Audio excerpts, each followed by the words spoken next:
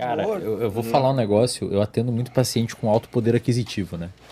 Os pacientes que eu atendia, primeiro, dinheiro não prediz felicidade. Felicidade. Nem de longe. Tem até uns estudos que tentam mostrar isso. Que até você ter um determinado patamar de, sei lá, os caras lá nos Estados Unidos falam em US$ 70 mil por ano, uma coisa assim. Você consegue aumentar o seu bem-estar, relatado lá em pesquisa, mas depois subir acima disso não faz tanta diferença. É tipo, sei lá, no Brasil você ganhar 15 mil, mais que 15, 20 mil, Tu não vai ser mais feliz. não necessariamente vai te causar Vai mais aumentar, bem-estar. vai produzir tua Isso. felicidade proporcionalmente. Isso, não vai seguir as duas linhas, ela é chata. Mas do ganhar 1.000 por mês até 10 muda bastante. Sim, parece que tem um aumento de bem-estar, tem algumas pesquisas que mostram isso. Agora é curioso, cara, porque quando eu atendia uma população com menor poder aquisitivo, parece que eles eram mais satisfeitos, cara. É muito louco isso, sabe? Parece que eu não sei explicar exatamente o raciocínio, tipo assim, existe um estresse, existe um pano de fundo, mas é como se fosse justificável a existência daqueles tipos de sintomas ou daqueles tipos de contextos, ao passo que no sujeito que ganha muita grana, parece que o próprio sujeito fica inquieto com a existência daquela insatisfação dado o contexto que ele está. É como se você tivesse muita grana, mas você não tiver nada além relativamente simplório para se agarrar, como um hobby, simplório não no sentido de superficial, mas simplório no sentido de fácil de atingir, um hobby, uma família, um esporte. E parece que o que causa esse bem-estar é tipo tu ir jogando objetivos e ir buscando, ir jogando objetivos e ir É buscando. que, cara, a nossa evolução inteira a gente foi um animal que trabalhou, né, cara, para se sustentar vivo, para se proteger. Eu boto adendo. A gente é um animal que trabalhou a vida toda, mas a gente tem grandes períodos de não fazer nada.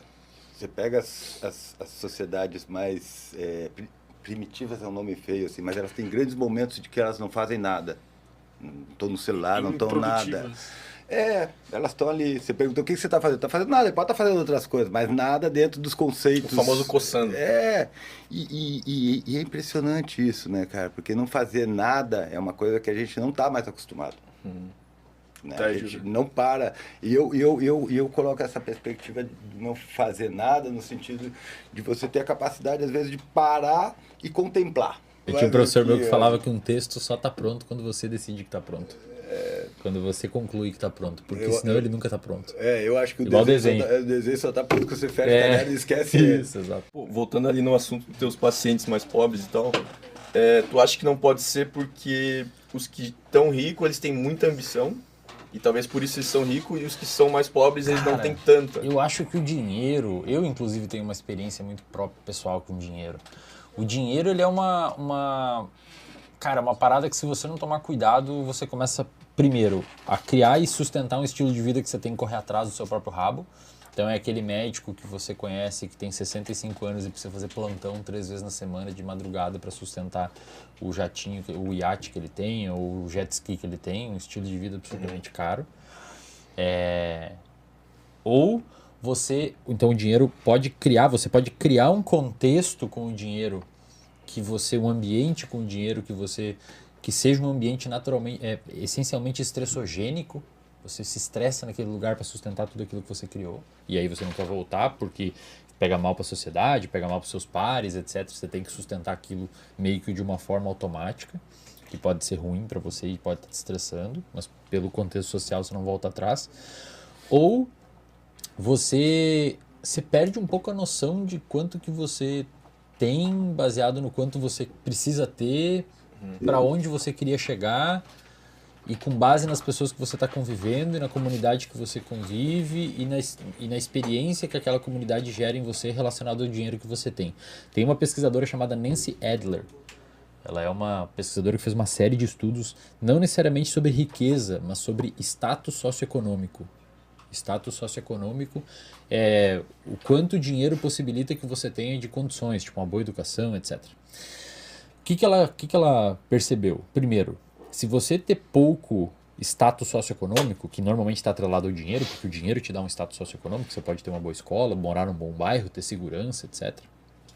Mas se você tem um status socioeconômico baixo, que normalmente vem atrelado a você ter pouco dinheiro, isso é fator de risco para a saúde mental, porque muitas vezes você pode morar num bairro violento, você precisa dormir pouco, você come mal e você etc. Vê seu filho passando fome e isso te estressa e tal. No entanto, ela percebeu que se você for uma pessoa com status socioeconômico alto, bastante dinheiro, mas subjetivamente você se sentir pobre, você pode ter tantos malefícios quanto a pessoa que é pobre. Mas o que seria subjetivamente se Você sentir pobre? Se tem comparar 1 aos milhão outros, de né? reais e viver perto de pessoas com 100. É.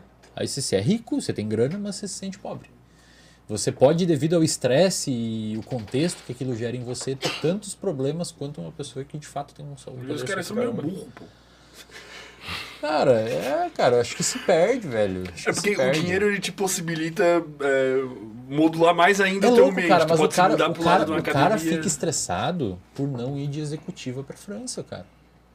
E um estresse tal qual o sujeito fica de ter que pegar um busão porque tá chovendo e não pode ir a pé. E o estresse gerado no ponto de vista fisiológico é o mesmo, embora em contextos não deveria se estressar por aquilo e outro se estressa. E isso é interessante. É assim, muito louco, cara. Óbvio que com muito cuidado a gente diz isso, né? Porque isso é muito polêmico, mas de uma certa forma a alegria também não tem a ver com a condição econômica. Você vai ser alegre, mesmo que se você tenha duras condições, em alguns momentos você vai ter de alegria, nem que seja aquele momento que você conseguiu comprar a tua carne de segunda para fazer Exato. né? Aquilo vai ser vivido como uma conquista. O cara que tem milhões, ele tem a frustração, às vezes, sei lá, porque o podcast dele não deu tantas views quanto ele gostaria que desse. Aquilo vai ser um problema, ele não vai dormir mal, ele vai ficar ansioso, ele vai ter rebuliços no estômago.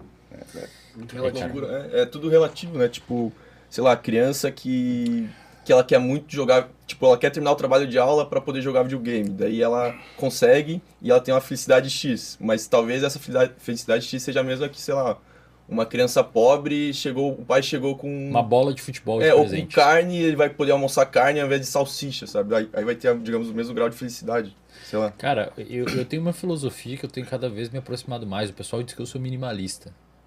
Né? Até hoje eu não entendo o propósito disso. Outros dizem que eu faço parte do movimento FIRE. Nem sabia que isso existia. Também não. Que é um movimento que os jovens trabalham bastante durante os 20 aos 30, 35, juntam um grande poder econômico e vivem o resto da vida de renda. Também não sabia que isso existia. Parece que existe Cara, deu nome uma pra tudo, comunidade. né?